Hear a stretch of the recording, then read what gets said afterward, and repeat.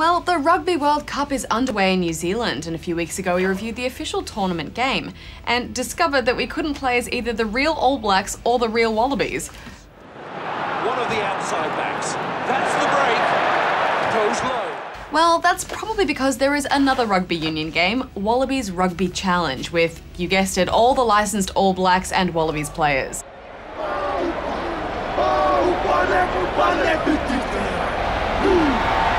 Game on.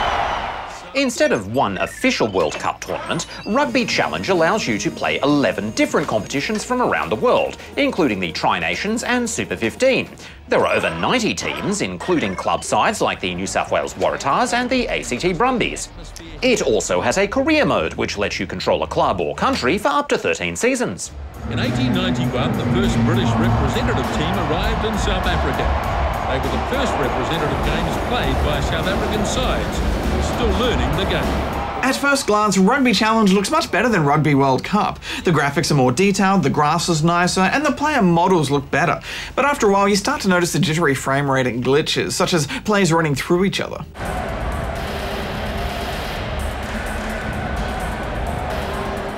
Yeah, Badge, it's almost as if they tried to do too much and the game just isn't coping very well.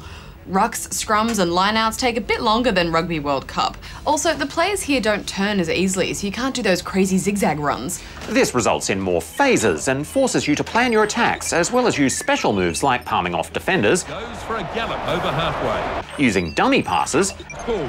And he shells the dummy. and sidestepping your way through the final defensive line. Ashley Cooper goes high. It's also missing a few things, such as set plays or formations, which make it very difficult to play a kicking game.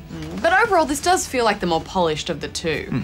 It's got more modes and options, and also there's a tutorial section which is fantastic for new players. It's not perfect, but I do think it is the better game, so I'm giving it 7.5 out of 10 rubber chickens. I don't know, Hex, I think I had more fun with Rugby World Cup, and I think that's because I don't really care if I play as the real Wallabies or the real All Blacks. Having said that though, this is a more complete sports game, so I'm giving it 7 out of 10 rubber chickens.